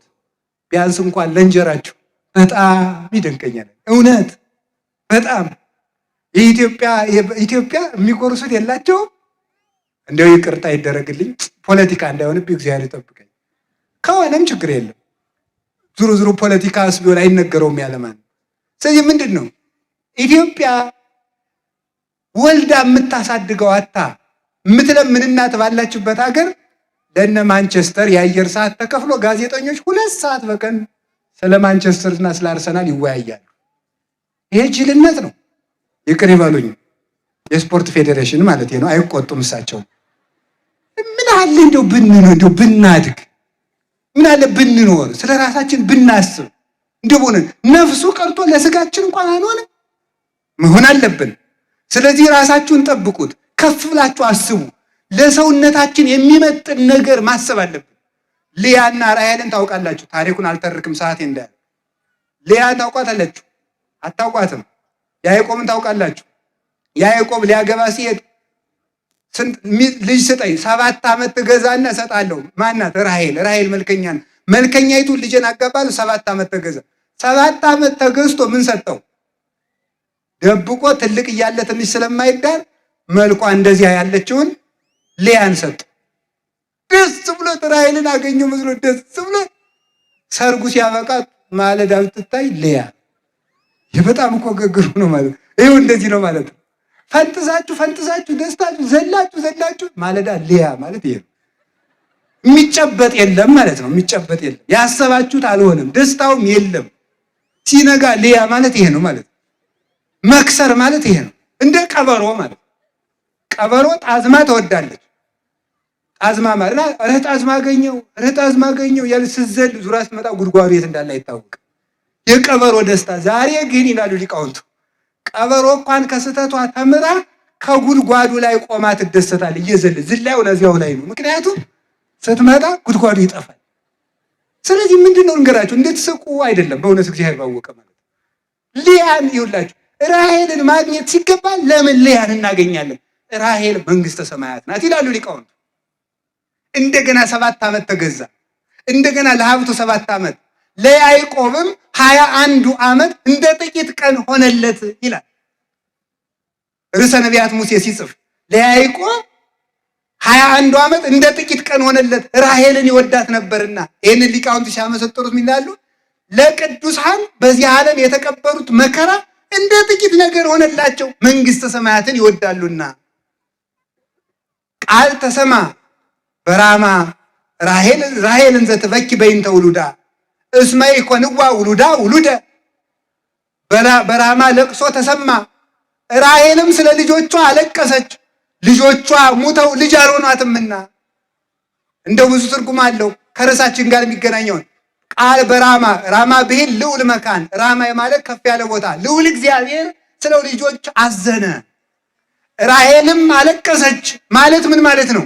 ራሔል አለቀሰች፣ መንግስተ ሰማያት አዘነች። እስመ ኢኮንዋ ውሉዳ ውሉደ፣ ልጆቿ መንግስተ ሰማያት አንገባም ብለዋታልና፣ ለመንግስተ ሰማያት የሚሆን ሰው ጠፍቷልና መንግስተ ሰማያት በእኛ አዘነች ተብሏል። እና የሰው መጠኑ ደመና አይበቃውም፣ ጠፈር አይበቃውም፣ አየራት አይበቁትም። የሰው መጠኑ የእግዚአብሔር ክብር ነው። ክብሩን የሰጠን በክብር የፈጠረን በክብር ያዳነን እሱ ውርደታችን ተቀብሎ በክብር በሐዲስ ተፈጥሮ ያከበረን መድኃኔ ዓለም ኢየሱስ ክርስቶስ ስሙ የተመሰገነ ይሁን። ክብራችን አውቀን ከኃጢአት ለመጠበቅ ያብቃን። ሁለተኛ አሁንም ደግሜ የተመሳሳይ ነው። ሁለተኛውና ሶስተኛው አጠራ አድርጌ ልናገር። ሁለተኛውን ክርስቶስ ነው ብያችኋለሁ አይደል? አንደኛውን ሰው በሉ እንጂ ሰው በሉ። ምን አላችሁኝ? ሰው። ሁለተኛውን ማን ነው? ክርስቶስ ነው። ክርስቶስ ለምንድን ነው እንቁ የሚባለው? ዋጋው ብዙ የሆነ እንቁ ለምንድን ነው የሚባለው ከተባለ ዋጋው አሁን ልብ ብላችሁ ስሙ። ዋጋው ብዙ የሆነ እንቁ ለምንድን የተባለ? አንድ ገንዘብ ሁሉንም ነገር ማከናወን አይችልም። ቤት በገዛችሁበት ገንዘብ እንደገና በዚያው ገንዘብ መታከማችሁ፣ ቤቱ ደግሞ ይታጣል ወይ ቤቱን ሽጣችሁ ነው የሚሆነው። ቤት በገዛችሁበት ገንዘብ እንደገና መታከማችሁ፣ በታከማችሁበት ቤት መግዛት አትችሉም። እንደገና ደግሞ በታከማችሁበት መብላት አትችሉም፣ ታከማችሁበታል። በበላችሁት መታከም አትችሉም፣ በልታችሁታል። በለበሳችሁበት መብላት አትችሉም፣ ለብሳችሁታል። ታዲያ አንድ ገንዘብ ለሁሉም ነገር መሆን አይችልም። ክርስቶስ ግን ለሁሉም የሚሆን ገንዘብ ነው። እስኪ ለሁሉም የሚሆን ገንዘብ በሉ። ለሁሉም ገንዘብ ይሆናል መድኃኔዓለም። በእርሱ ጤና ይገዛበታል፣ በእርሱ ሰላም ይገዛበታል፣ በእርሱ ኃይል ይገዛበታል፣ በእርሱ ክብር ይገዛበታል፣ በእርሱ እውቀት ይገዛበታል፣ በእርሱ መንግስተ ሰማያት ይገዛበታል። ያቺ ነገር ብታርፍ ይሻላል መሰል። ልባችሁ ሁሉ ተጨልጦ ሄደኩ። አይ መከራዬ! ሰይፍ ችላችሁ እንድትኖሩ እየሰበኩ አሁን ይችል መቻል አቃታችሁ። ጥላችሁ ይተሄዱ። ሐሳባችሁን ወደ ሰብስቡ። ከቃሉ ጋር ናችሁ? እስቲ ብዙ ዋጋ ያላት በሉ። ምንድን? እንቁ በሉ እንጂ እንቁ። ብዙ ክብር ለሁሉ የሚሆን በሉላችሁ። ለሁሉ የሚሆን እሺ፣ ክርስቶስ መድኃኔዓለም ለሁሉ የሚሆን ክርስቶስን ከያዛችሁ ሁሉን ታገኛላችሁ። እንዲያውም ሊቃውንቱ ምን ይላሉ? ጌታ እንዲህ ብሏቸው ነበር፣ ጫማ እንዳታረጉ፣ የስንቅ ከረጢት አቅማዳ እንዳትይዙ፣ አሳይነ ወይ በትረ፣ ጫማም እንዳታረጉ በትርም እንዳትይዙ አለና የስንቅ አቅማዳም እንዳትይዙ፣ ወይ ወርቀ ወብሩረ፣ ወርቅም በርም ይዛችሁ እንዳትሄዱ አላቸው። እና ሊቁ ቅዱስ ዮሐንስ አፈወርቅ ይህን ሲተረጉምለት እንዴ የማያልቅ ገንዘብ እኔ እያለሁላችሁ የሚያልቅ ገንዘብ ይዛችሁ የምትሄዱ ለምንድን ነው አላቸው ሐዋርያትን። እኔ እያለሁላችሁ ገንዘብ የሚያልቅ ገንዘብ ወንበዴ የሚሰበስብ ገንዘብ ይዛችሁ ለምትሄዳላችሁ፣ ወንበዴ የማጸድቅ ገንዘብ እኔ እያለሁላችሁ ማለቱ ነው ይላል። አንድ ኢትዮጵያዊ ጸሐፊ ምን ይላሉ? በኪሱ ገንዘብ የሌለው ሰው በሽፍታ መሃል እየዘፈነ ይሄዳል። ምክንያቱም ምን ያደርጉኛል ብሎ ማለት ነው። ምን ያደርጉኛል? አያዙ ችግር እኮ ነው። መያዝ ማጣት እንደሚያስቸግር መያዝም ያስቸግራል። ክርስቶስ ግን እሱን የያዘ ሰው ግን ተመልከቱ፣ እግዚአብሔር ያሳያችሁ።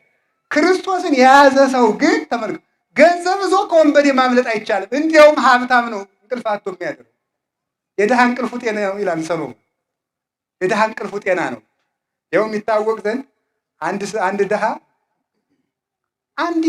አንድ ድሃ ዝም ብሎ ዳረጎት ይበላና በሎሌነት ገብቶ ነው ማታ የተኛ ጌታውና እመቤቱ በግድ ነው ፀሐይ ወጥቶ የሚቀሰቅሱት።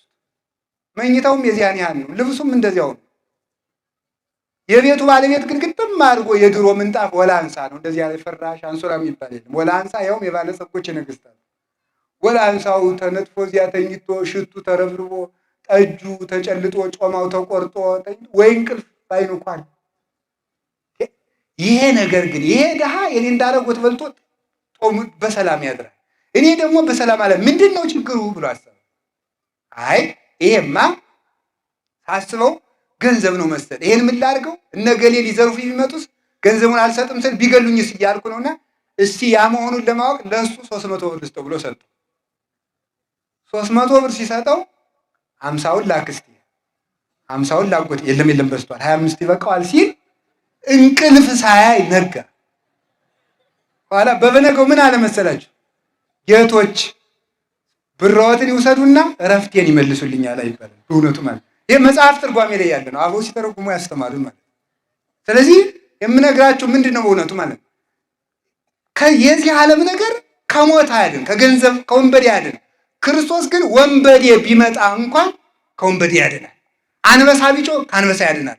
እሳት ቢነድ ከእሳት ያድናል። ገንዘብ ይዞ ገብቶ እሳት ደህና የወጣ የለም። በገንዘቡ ምክንያት ከእሳት የተወረወረ ይኖራል እንጂ ገንዘብ ይዞ ወንበዴን ያሸነፈ የለም። ወንበዴ የመጣበት እንጂ በገንዘብ አራዊትን ያሸነፈ የለም። አራዊት የበሉት እንጂ። ታዲያ ማን ነው ሲባል ክርስቶስ ግን ለሁሉ ይሆናል። ወንድም ይሆናል፣ አባት ይሆናል። ስጋችን ለብሷልና ወንድማችን ሲመባልን አያፍርም ይላል። የሰማዕታት ወንድማቸው መንገድ መሪ ነው በእውነቱ ማለት ነው። ሊቀ ሐመር ነዘይ ይቀርቦ ሞገድ መዝገብ ነዘይ ይረክቦ ሰራቂ ወያማስኖ ጻጼው ቁልቁኔ። ሐዋርያው እንድርያስ ለስብከት ሲሄድ ውሃ ሞልቶበት ውሃ የሚሻገርበት ሊያጣ መድኃኔዓለም ምን ብሎ መስሎ የጀልባ ሹፌር የመርከብ ሹፌር መስሎ ቆይቷል። በነፃ እየነዳ ወስዶ ያሻገረ ለረሃባችን ስንቅ የሚሆን ለረሃብም የሚሆን የህይወት እንጀራ፣ ለጥምም የሚሆን የህይወት ውሃ፣ ለመከራ የሚሆን አምባ መጠጊያ አለት እግዚአብሔር ኃይሌ ወፀወኔ ወእቱ የከልቦቱ እስመ ውእቱ ምእመናለ ህይወቴ ወመኒ ጸብአኒ ታይን ይፈራሃኒ ልቤ። እግዚአብሔር ኃይሌ መጠጊያዬ፣ ብዋጋ ጋሻዬ፣ ብሮጥ መጠጊያዬ እግዚአብሔር ነው። ምን ታይሬሰየኒ ሰው ምን ሊያደርገኝ ይችላል? እግዚአብሔር ክብር ነው። እግዚአብሔር ይው ክብረ ወሞገሰ ያከብራል፣ ለሁሉ ይሆናል። የመፍትሄዎች ሁሉ ራስ ያው እግዚአብሔር ቅዱስ እግዚአብሔር ነው። ስለዚህ መድኃኒታችን ኢየሱስ ክርስቶስ ሁሉን አተው ያነጋዴ ሁሉን ትቶ ዋጋው ብዙ የሆነ ምን ገዛ ይላል? እንቁን ገዛ ማለት ሁሉን አተን ክርስቶስን ማትረፍ ነው። እስኪ በሉ ሁሉን አተን በሉ። ምን እናትርፍ ነው? ክርስቶስን እንድናተርፍ እግዚአብሔር ይርዳል። ቅዱስ ጳውሎስ እንዲህ ይላል፣ ሁሉንም እንደ ምናምንቴ ቆጥረዋለሁ፣ እንደ ዕዳ ከመዕዳው እንደ ጉድፍ እንደ ጥራጊ ቆጥረዋለሁ አለ። ምን ልታተርፍ አላቸው። ምን ልታተርፍ ብለውታልስ? አይ ከመ ርብሖ ለክርስቶስ ክርስቶስን ትርፍ አደርጋለሁ አለ። ክብሩም ይቅርብኝ፣ ሹመቱንም እንደ ጉድፍ እቆጥረዋለሁ፣ መሰደዱን እንደ ጥቅም እቆጥረዋለሁ። ለምን ሲባል ክርስቶስን አተርፋለሁ። አንድ ጊዜ ቅዱስ ጳውሎስ ታስሮ ሳለ የፊልጵስዩስ ሰዎች ሳንቲም አዋጥተው ላኩለት። እናንተ የፊልጵስዩስ ሰዎች አዋጥታችሁ እኮ ጠየቃችሁ ይበስራት አክሊሌ ናችሁ አላቸው። እንዳይጠግቡ ደግሞ እናንተም እንዳትጠግቡ ማለት ነው። አሁን ትናንትም ብፁዕ አባታችንም ሲናገሩ ነበር። ቤተክርስቲያን ስሩ፣ ሸሚዝ ልበሱ እና ለቤተክርስቲያን አግዙ ተብላችኋል አይደል?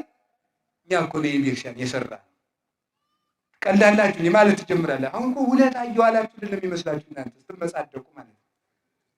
አሁን እግዚአብሔር ያሳያችሁ ማምላክን። አሁን እግዚአብሔር ድንጋዩን ናፍተ ፈለጥ ይለው አይፈለጥም? ይፈለጣል። ድቃቅና ሸዋውን ቢለው ይሆናል አይሆንም? ውሃውን ደግሞ ሂድና በጥብጥ ቢለው አይበጠብጥም? ይበጠብጣል። ደግሞ ያንን እርጋና ኮንክሪቱን ቢለው ይሆናል አይሆንም? ሂድና በልጽራጽ የሆነ ስራ ቢለው ይሰራል አይሰራም? ነፋሱን ተሸከም ቢለው ይሸከማል አይሸከምም? እግዚአብሔርን ስራ መልአክን ስራ ቢለው አይሰራም? ይሰራል። ግን እኛን ለማጽደቅ ይለምናል። እንዲሁ እኮ ይገርማል እኮ እግዚአብሔር ለምኖ እንዲሁ የእሱ ነገር ምን ይባላል? አሁን እመቤታችንን ተቀበለ። የበኩር ልጃችሁን ስጡኝ ይላል በብሉይ ኪዳን። የበኩር ልጃችሁን ስጡኝ አለ። የሐናና የኢያቄም የበኩር ልጅ ድንግል ማርያም ሰጡ። ተቀበለና ደግሞ መልሶ የዓለም እናት አድርጎ ሰጣቸው። እንዲህ ነው እግዚአብሔር በትንሹ ይቀበል። አፏ ያልፈታች ልጅ ተቀበለና ሰዓሊተ ምሕረት አድርጎ ሰጣቸው። አበርክቶ የሚሰጥ አሳድጎ የሚሰጥ አልቆ የሚሰጥ አግኖ የሚሰጥ ያው እግዚአብሔርን ማትረፍ ትልቁ ነገር በህሊናችን ሁሉ ኑሮ ምስጋናን፣ እልልታን፣ ጭብጨባ፣ መሞገስን ሳይሆን ክርስቶስን አትርፈን እንድንመለስ እግዚአብሔር ይርዳል። አሜን በሉ። ለዚህ ጨምሮ አሜን በሉ። አሁን ተመልከቱ እስቲ መብራት ይግባልን በሉ። ገብቷል። ባህር ዳር ነው ችግር የለም። እስቲ በሉ መብራት ይግባልን በሉ። እንደገና እሺ። መንግስት መብራት አግብቶ ውሃ አይተው ምክንያቱም መብራት አይጠጣም በሉ። ክርስቶስ ግን የዓለም ብርሃን ነው። እንደገና ደግሞ ውሃ ነው። ይህ ለሁሉ ችግር ይሆናል ክርስቶስ ማለት። የዚህ ዓለም ነገር በአንዱ ስንፈታ በአንዱ መቀደድ፣ በአንዱ ስንቋጥር በአንዱ መፍሰስ ችግር ነው የዚህ ዓለም ነገር። ቤት ሰራው ስንል አጥሮ ቀረ ይባላል። እንጠር ስንል ከጎረቤት ጋር ጠብ ይመጣል። የዚህ ዓለም ነገር ማፍሰሻው ብዛት። ክርስቶስ ግን ተጨማሪ ችግር የሌለው ክብር ነው። ችግር የማይፈጥር መፍትሄ እግዚአብሔር ነው። አሁን እኮ ታውቃላችሁ አይደል? ምንድን ነው የምትሉት? ለጨጓራ ይሄንን መድኃኒቷ ለኩላሊት ይላል። ካበዛው ደግሞ ያው ኩላሊትህ በትንሹ ሊጎዳ ይችላል ይላል። ደግሞ የጨጓራው ኩላሊትን ሳይነካ አይሆንለትም። የኩላሊቱ ጉበትን ሳይነካ አይሆንለትም። ክርስቶስ ግን አንዱን ሲያድን ሌላውን አይሰብርም። ለሌላውም ተጠንቅቆ ከጭምትነቱን የተነሳ የጧፍ ኩስታሪን አያጠፋም፣ የተቀጠቀጠ ሸምበቆን አይሰብርም ተብሎ የተነገረለት ፍጹም ጭምት ነበር። አሁን በክርስቶስ ስም የሚሳደቡት ሁሉ እንዴት እንደማያፍሩ ያሳዝናል። እሱ ገመና የሚሸፍን የጸሐፍት የፈሪሳውያንን እንኳን ገመና የሚሸፍን እናንተ እንኳን ታውቁ። እስቲ እግዚአብሔር ያሳየኝ። አሁን እኔን ስሰርቅ ብታዩኝና መጀመሪያ ሌላ ቄስ ከመከራ ከማሳይ እኔ ስሰርቅ ብታዩኝና አንድ ሰው አባ ገብረ ኪዳን ንስሐ ልገባ እየሄድኩ ነው ቢላችሁ ሰውዬ አላወቅም ሌባ ነው እንዳትል አትሉም ትላላችሁ። ጌታ ግን የብሉይ ኪዳን ካህናት ሌቦች እንደሆኑ ያውቃል። ለምጻሙ መጥቶ ከሱ ከተፈወሰ በኋላ ሂድና ራስን ለካህኑ አሰጥ። ለዚያ ሌባ ቄስ እኮ ነው፣ ለፈሪሳውያን እኮ ነው። ለፈሪሳውያን ለእነዚያ ገመናቸውን ሸፍኖ የሰው ገመና ያጋልጥ፣ ገመና የሚሸፍን ከባቴ አበሳ፣ ለፈለጉት ሁሉ ቅርብ፣ ሰው የማይመርጥ ለሁሉ የሚበቃ እግዚአብሔር ነው። መድኃኒታችን ኢየሱስ ክርስቶስን በጠዋትም በማለዳም እሱን እንደምንወድበት ልቡና ይስጠን። ጨምሩ አሜን በሉ። እንደገና ጨምሩ። ትርፋችን ማን ነው? ስትጸልዩ አሁን እንግዲህ የምታስቡት ፊት ለፊታችሁ ማን እንዳለ እያስባችሁ ነው። አንድ የበረሃ አባት፣ የኔ የበረሃ አባት ተጠንቀቁልኝ፣ ሲናገር ምን ይላል መሰላችሁ? እንዲህ ይላል፣ ትልቅ ሰው የምልህ በጸሎት ጊዜ ልብህን ከእግዚአብሔር ጋር ያገኘሁት እንደሆነ ነው። ትልቅ ሰው የሚባለው እሱ በጸሎት ጊዜ ፊት ለፊቱ እግዚአብሔር እንዳለ የሚያስብ፣ በመከራ ጊዜ እግዚአብሔር እንዳለ የሚያስብ፣ አጠገቡ እንዳለ የሚያስብ ሰው በሕይወቱ በሚያደርገው ሁሉ ድርጊት እግዚአብሔርን እያየ የሚሰራ፣ ሲበላ እግዚአብሔርን እያየ የሚበላ፣ ሲናገር እግዚአብሔርን እያየ የሚናገር፣ ሲሰጥ እግዚአብሔርን እያየ የሚሰጥ፣ ሲተኛ እግዚአብሔርን እያየ የሚተኛ ወበምስካበ የኔ ይዘከረከ ይላል ዳዊት። በመኝታዬም አስብሃለሁ እያለ ሲነቃ እግዚአብሔርን እያሰበ የሚነቃ። አሁን ሰው ሲነቃ ከባንክ ያለበትን ዕዳ እያሰበ ነው የሚነቃው። እግዚአብሔርን እያሰባችሁ ንቁ፣ እግዚአብሔርን እያሰባችሁ ተኙ። እግዚአብሔርም ደግሞ እረፍት ይሰጣችኋል። ደግሞም ስሩ። አላችሁ የላችሁም? የመጨረሻ ሰዓት ያልቋል። የመጨረሻው ቃሉን ልናገረውና አንድ ሐሳብ ብቻ ልናገር። የመጨረሻ ዕንቁ የተባለ መከራ ነው። እስኪ ዕንቁ በሉ። ምንድነው እሱ? እርሱ መከራ ነው። መከራ ዕንቁ ይባላል። ችግር ማለት ችግር ራሱ ዕንቁ ነው። ለምን ሲባል ከዕንቁ ውስጥ ብዙ ዋጋ ዕንቁ ባለ ብዙ ዋጋ ነው የተባለ። አረጋዊ መንፈሳዊ የሚባል አባት ምን ብሎ ይናገራል? መከራ የእግዚአብሔር የጸጋ ማህደር ነው፣ የጸጋ መቅደስ ነው። ባለጸጋ ገንዘቡን በግምጃ ቤት እንደሚያስቀምጠው እግዚአብሔር ጸጋን ሁሉ ያስቀመጠ መከራ ውስጥ ነው ይላል። መከራ ውስጥ ነው።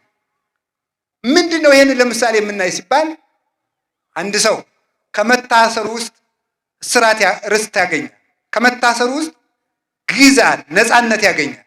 ከስደት ርስት ይወልዳል። ከንባው ደስታን ይወልዳል። ሰው የሚያገኘው ለዚህ ነው።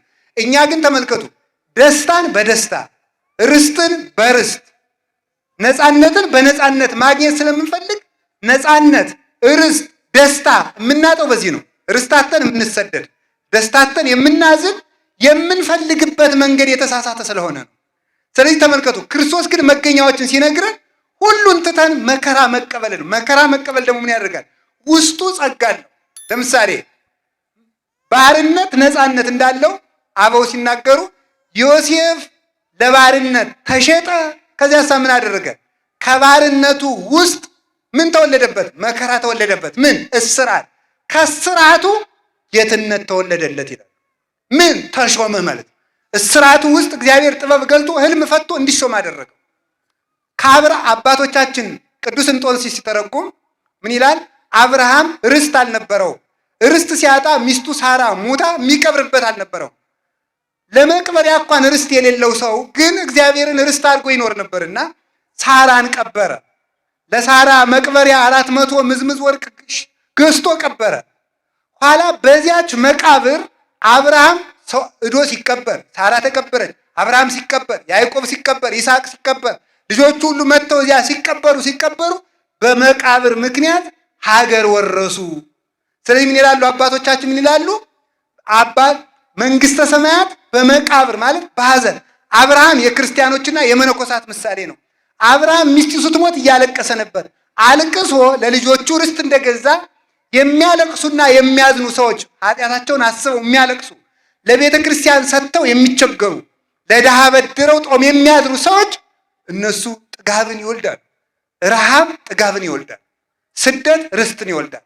መታሰር ነፃነትን ይወልዳል። ሐዘን ደስታን ይወልዳል። ጌታችን መድኃኒታችን ኢየሱስ ክርስቶስም ቤተ ክርስቲያንን የወለዳት ከዓርብ መከራ ነው። ቤተ ክርስቲያን የተወለደችው ወዴት ነው ተብሎ ከተባለ አንድ ነው አባ ጊዮርጊስ ዘጋስጫ ሲናገር ይሳኮር የሚባል ሰው ምን አምጥቶ ነበር? ለእናቱ ለሊያ እንኮይ አምጥቶላት ነበርና ያንን በልታ ምን አደረገችው? ሮቤል ነው ያመጣለት። ሮቤል እሸት አመጣለት። ያንን በልታ ይሳኮር የሚባል ልጅ ጸነሰች። ይሳኮር ማለት ዋጋዬ ማለት ነው። በእሸት ገዝታ ነው የጸነሰችው። ታዲያ ምን ይላል? ከማሁ ይላል በአስበ ደመ ፍሬ ከርስኪ ዘአጸርዎ ዕብራውያን በሊቶስጥሮስ መካን ተጸንሱ መሃይምናን እምቤተ ክርስቲያን ቅድስት ዘተመርአዋ ወልድኪ። ልክ እንደዚህ በማኅፀንሽ ፍሬ በኢየሱስ ክርስቶስ ደም አይሁድ በጠመቁት ይላል፣ አይሁድ አሳልፈው በሰጡት በሰቀሉት በማኅፀንሽ ፍሬ በኢየሱስ ክርስቶስ በደሙ ዋጋ ምዕመናን ከቀራንዮ ተወለዱ ይላል። የቤተ ክርስቲያን ልደቷ ራሱ ከመከራ ነው። የእሑድ ትንሣኤ የተወለደው ከዓርብ መከራ ነው። ሰው ክብርን የሚወልደው ከምንድን ነው ከተባለ ከአሳር ከውርደት ክብር ይወለዳል። ከመናቅ ክብር ይወለዳል። ከመሰደድ ርስት ይወለዳል። ከማጣት ማግኘት ይወለዳል። ይሄንን ነው እግዚአብሔር በቤተ ክርስቲያን ተቸግረን እንድንኖር ያደረገን። ስለዚህ ነገር የመጨረሻው ጥቅስ ምን ይላል? የምንነግራችሁ እንዲህ ነው። ወበይንተ ሴጠ ዝንቱ ባህሪ ይላል ቦ እለሃደጉ ብሲተ ወቦ ለመነኑ መንግስተ። ይሄንን ዕንቁ ለማግኘት ሚስቶቻቸውን ትተው የመነኑ አሉ። ባሎቻቸውን ትተው የመነኑ አሉ። መንግስታቸውን ትተው ምን ያደርጋሉ?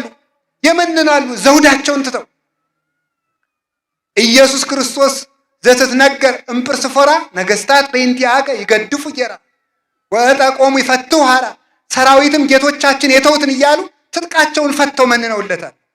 ከዚያ በኋላሳ ይህ አልበቃቸው ብሎ ይላል ወቦ እለመጣው ሥጋሆሙ ለምንዳቤት ወነፍሶሙ ለሞት እንዘይሬስዩ ተመልከቱ እንዘይሬስዩ ለመሪር ጥዑመ ወለጥዑምኒ መሪረ መራራውን ጣፋጭ ጣፋጩን መራራ የሚጣፍጠውን ዓለም መራራ ብለው እየናቁ መራራውን መከራ አጣፍጧቸው እየተቀበሉ ሰውነታቸውን ገንዘባቸውን ማጣታቸው አንሷቸው ለክርስቶስ ሥጋቸውን እስከ መስጠት ደርሰው ክርስቶስን አተረፉ ይላል።